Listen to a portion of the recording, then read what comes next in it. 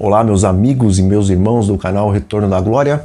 Um bom dia, uma boa tarde ou uma boa noite, dependendo, é claro, do horário em que vocês vão estar assistindo esse vídeo. E, independente de qual momento do dia que você esteja assistindo, o meu desejo e também a minha oração é que a paz de Cristo, a qual excede todo o entendimento humano, repouse sobre cada um de vocês. Amém? E meus queridos, se vocês ainda não são inscritos aqui no canal, então se inscrevam, ativem aí o sininho das notificações para então não perderem nenhum dos vídeos que diariamente são postados aqui. E também, se o conteúdo desse vídeo falar ao seu coração, deixa aí o seu like para que então o YouTube divulgue ele para mais pessoas, ok? E também não se esqueçam de deixar aí nos comentários os seus pedidos de oração, porque diariamente eu estou orando por eles, meus irmãos. E amigos, como eu já falei anteriormente aqui no canal, durante a minha adolescência eu estive longe dos caminhos do Senhor. Eu me lembro que naquela época existia um grupo de hip hop norte-americano que ele fez muito sucesso com a música. Eu me lembro que uma parte do refrão dela dizia assim: "Ready or not, here I come, you can hide." Pronto ou não, aqui vou eu e você não pode se esconder. Bom, é provável que alguns de vocês também se lembram aí dessa música.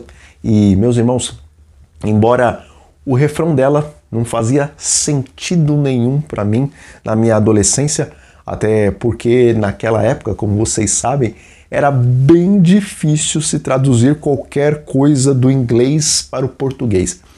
E hoje, mesmo não mais escutando essa música, nem esses ritmos, depois que as traduções foram facilitadas, então esse refrão passou a fazer todo o sentido para mim quando eu comparo ele com a volta de Jesus. Está escrito. Mas considerar isso. Se o pai de família soubesse a que hora viria o ladrão, vigiaria e não deixaria que fosse arrombada a sua casa. Por isso, ficai também vós apercebidos, porque a hora em que não cuidais, o Filho do Homem virá. Você está lá em Mateus 24, versículos 43 e 44. Veja, Jesus ilustrou a sua vinda com a situação de um pai de família que não estava preparado para a visita noturna do recolhedor de bens alheios, porque assim como o ladrão chega em um momento em que nós não estamos esperando, Jesus afirmou, não para o mundo, meus amigos, mas primeiramente para a igreja, primeiramente para os seus discípulos, que a sua vinda poderia ocorrer justamente em um momento em que aqueles que receberam as profecias, que revelariam os sinais da aproximação dele, e mesmo assim não estariam preparados para encontrá-lo. Amigos, o mundo jaz no maligno e por causa da sua cegueira voluntária com relação às verdades que o Senhor deixou em sua palavra e por causa da sua cegueira com relação às profecias que indicam o tempo em que Deus julgará esse mundo, então é óbvio que quando Jesus voltar, o mundo não estará pronto para esse momento. Contudo, como pode ser que os discípulos de Cristo, que possuem a Bíblia e também o Espírito de profecia em suas mãos, e por causa disso podem conhecer facilmente o tempo em que estão vivendo, como que esses poderiam ser pegos de surpresa quando Jesus voltar? Bom, primeiramente essa parábola feita por Jesus se aplica na vida de todos os discípulos com relação à morte, que pode acontecer, é claro, daqui 5 minutos ou daqui a muitos anos em nossas vidas. Mas vamos afunilar ainda mais esse contexto da volta de Jesus, pegar de surpresa os cristãos, e vamos então excluir essa questão da morte e vamos nesse momento nos focar naqueles que não passarão por essa experiência, mas que estarão vivos no momento em que Jesus voltar. E amigos, como os cristãos que estarão vivos na volta de Jesus, tendo a Bíblia e também o Espírito de profecia, podem estar inconscientes de que o Senhor está muito próximo, sendo que as profecias indicam que ele está às portas e os noticiários constantemente estão confirmando o cumprimento das palavras de Deus? Veja, quando eu disse todos que têm a Bíblia e também o Espírito de Profecia, então, com isso, eu também já estou descartando dessa pergunta aqueles cristãos que ainda não conhecem a verdade presente, e eu estou me referindo apenas àqueles que já fazem parte do povo remanescente da profecia, o qual guarda os mandamentos de Deus e que tem o testemunho de Jesus. E amigos, como que a volta de Jesus para essa classe de cristãos pode ser uma surpresa? Bom, aí em Oséias, no capítulo 4, no versículo 6, ali é dito que o povo de Deus perece por falta de conhecimento. Mas, com relação aos adventistas, por mais que seja alguém que não gosta de ler a Bíblia e também não lê o Espírito de Profecia, mesmo assim, quase todos os membros dessa igreja sabem que depois do decreto dominical virá o alto clamor, depois a porta da graça se fechará e cairão as 7 pragas, e depois disso Jesus voltará.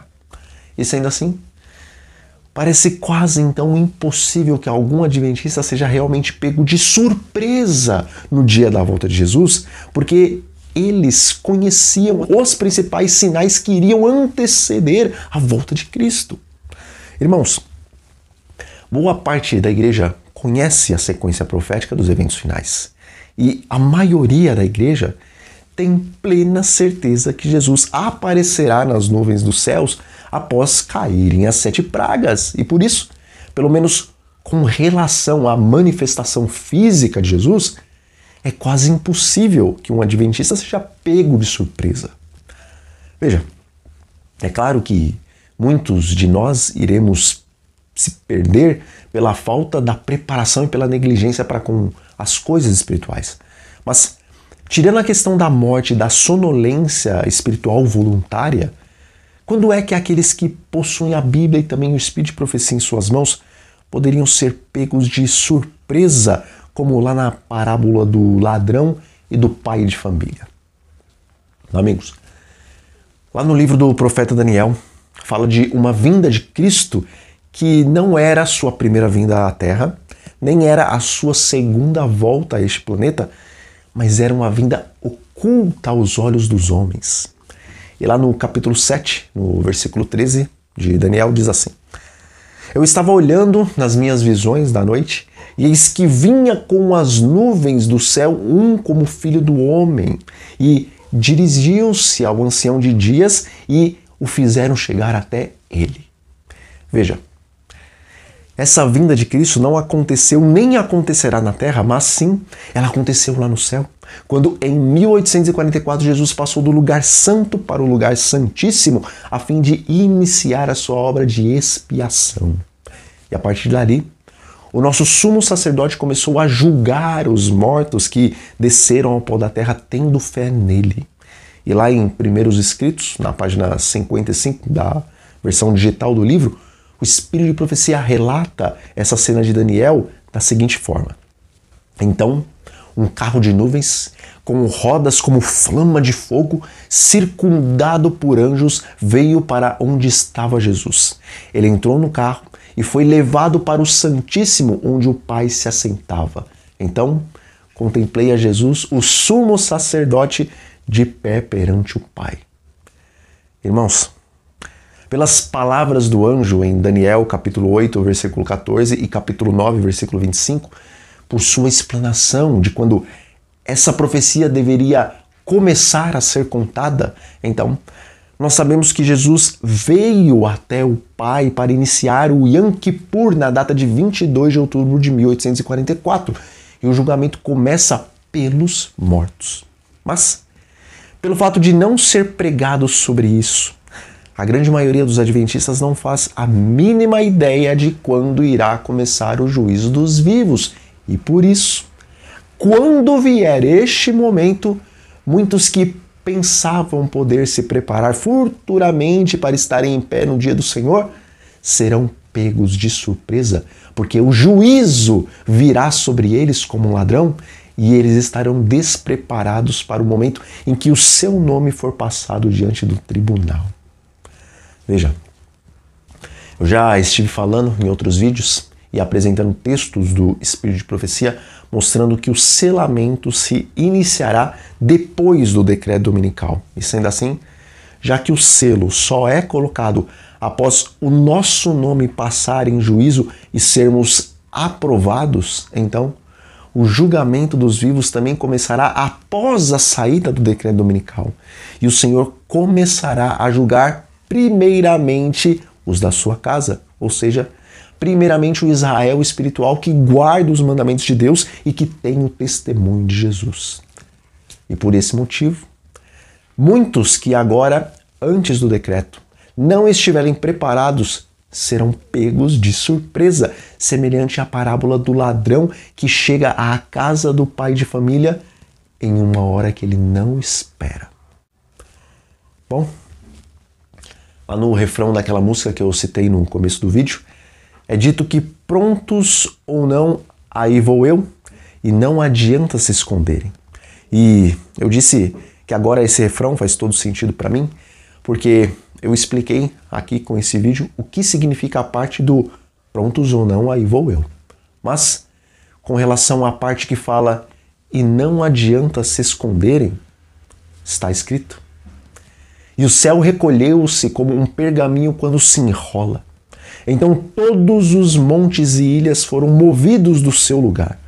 Os reis da terra, os grandes, os comandantes, os ricos, os poderosos e todo escravo e todo livre se esconderam nas cavernas e nos penhascos dos montes e disseram aos montes e aos rochedos: caí sobre nós e escondei-nos da face daquele que se assenta no trono e da ira do Cordeiro, porque chegou o grande dia da ira deles, e quem poderá suster-se?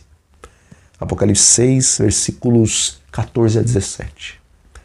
Irmãos, perto está o dia em que aqueles que forem pegos de surpresa no julgamento dos vivos tentarão em vão se esconder da face do Todo-Poderoso quando esse vier nas nuvens do céu com poder e com muita glória.